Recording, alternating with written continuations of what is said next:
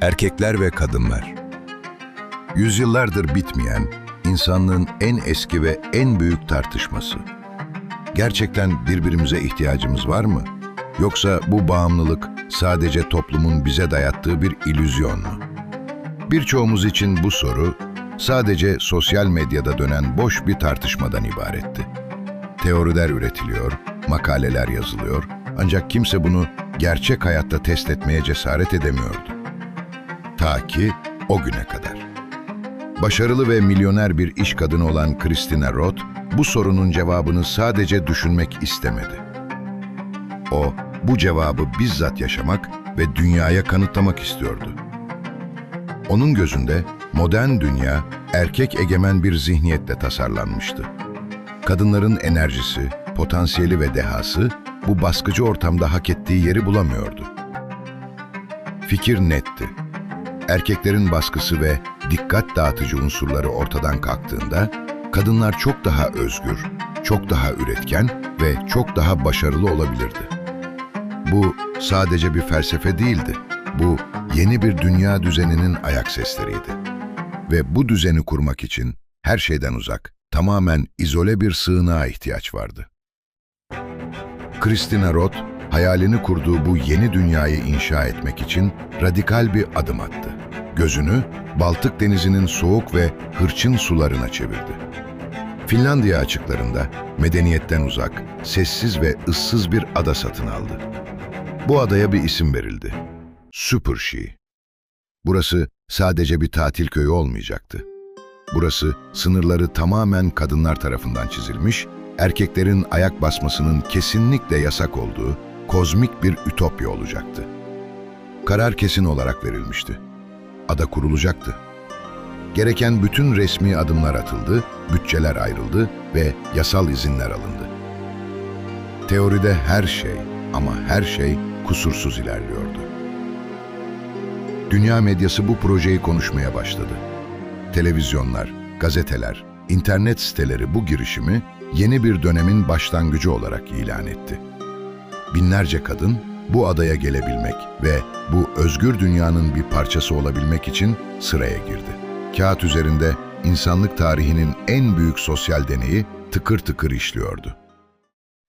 Ancak fikirler ne kadar parlak olursa olsun, gerçek dünya kendi kurallarıyla bekliyordu. Proje, kurgu aşamasından uygulama aşamasına geçtiği an, o pembe bulutlar yavaşça dağılmaya başladı.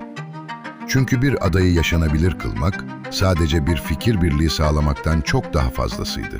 Adanın hayatta kalması gerekiyordu.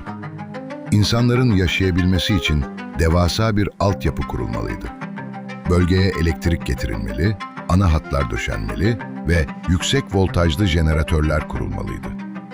İşte tam bu noktada o ilk büyük engelle karşılaştılar. Modern devletler yıllardır kadın istihdamını artırmak için devasa teşvikler veriyordu. Ancak bu teşvikler ve yönlendirmeler genellikle ofisler, yönetim binaları veya konforlu plaza odaları için geçerli kalmıştı. İş sahasına yani çamura, soğuğa ve ağır yüklere gelindiğinde manzara tamamen farklıydı. Projeyi yürütenler adanın elektrik sistemini kuracak, yüksek voltaj hatlarından anlayan uzman kadın elektrikçiler aramaya başladı. Fakat bu spesifik alanda o zorlu coğrafyaya gidip çalışacak yeterli sayıda kadın teknik uzman bulmak neredeyse imkansızdı. Ağır sanayi işleri, şantiyeler ve lojistik hatları modern dünyada hala ağırlıklı olarak erkeklerin omuzlarındaydı. Projenin önünde devasa bir ikilem belirdi. Ya ütopya daha başlamadan, elektrik bile olmadan karanlıkta kalacaktı ya da kendi ideolojilerini, kendi dünya görüşlerini ilk kez delmek zorunda kalacaklardı. Mecburen adaya ilk erkek teknik ekip ayak bastı. Yüksek voltaj trafolarını kurdu ve adaya elektriği verdi.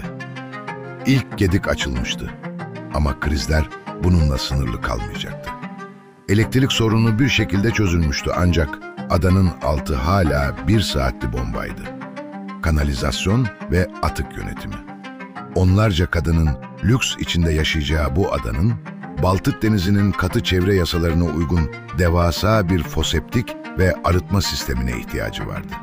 kayalık arazinin metrelerce derinine inilmesi, ağır iş makineleriyle beton boruların döşenmesi gerekiyordu.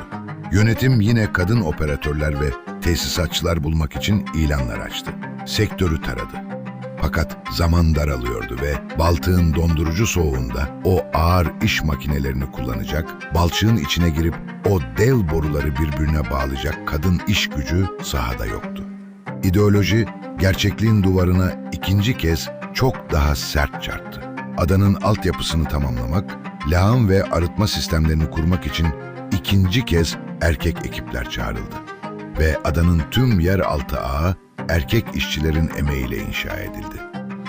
Bu da son olmadı. Altyapı bittikten sonra bu sefer de lojistik ve tedarik zinciri çöktü.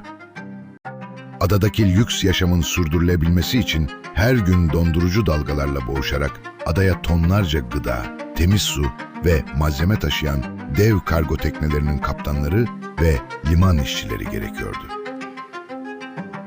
Denizcilik ve ağır taşımacılık sektörünün o sert, yıpratıcı gerçekliği adanın kurucularını üçüncü kez aynı kararla yüzleştirdi. Kargo gemilerini yanaştırmak, iskeleleri güvenli tutmak ve lojistiği sağlamak için dışarıdan sürekli olarak erkek denizcilerle çalışmak zorunda kaldılar. Katı bir şekilde savunulan o tamamen bağımsız dünya fikri tek bir seferlik bir istisnayla değil, elektrikte, kanalizasyonda ve lojistikte, yani hayatın her temel damarında ardı ardına gerçekliğin esnemeyen duvarına çarpmıştı. Ütopya, her kritik virajda kendi katı kurallarını esnetmek ve teoride reddettiği o güce pratikte teslim olmak zorunda kalıyordu. Super-She Adası projesi, planlandığı gibi tamamen başarısız olup tarihe gömülmedi. Ada bugün hala varlığını sürdürüyor. Ancak bu deney, başlangıçta vaat edilen o büyük zaferden çok daha farklı, çok daha derin bir ders verdi. Bu hikaye, bir cinsiyetin yetersizliğinin veya başarısızlığının hikayesi değil. Bu, insan zihninde kurulan kusursuz teorilerin, gerçek dünyanın karmaşık yapısı karşısındaki sınırlarının hikayesi. Modern toplum, insanların kafasında tasarladığı kadar basit ve keskin çizgilerle işlemiyor. Bugün sahip olduğumuz konfor ve düzen, milyonlarca farklı uzmanlığın, görünmez emeğin ve becerinin birbirine sıkı sıkıya bağlı olduğu devasa bir makine gibi. Bu makinenin bir çarkını sırf ideolojik nedenlerle tamamen dışarıda bırakabileceğinizi düşünmek kulağa çok etkileyici gelebilir. Ancak gerçek hayat, insanların inançlarına veya hayallerine göre değil, lojistiğin, matematiğin ve ihtiyaçların kurallarıyla çalışır. Günün sonunda Super-She deneyi bize şunu gösterdi. Bazen bir fikrin çıkmaza girmesinin nedeni kötü niyet ya da yetersizlik değildir. Bazen sorun, o fikrin insan doğasını ve dünyanın işleyişini olduğundan çok daha basit sanmasıdır. Ve ne zaman hayal edilen dünya ile gerçek dünya karşı karşıya gelse, kazanan her zaman gerçek dünya olur.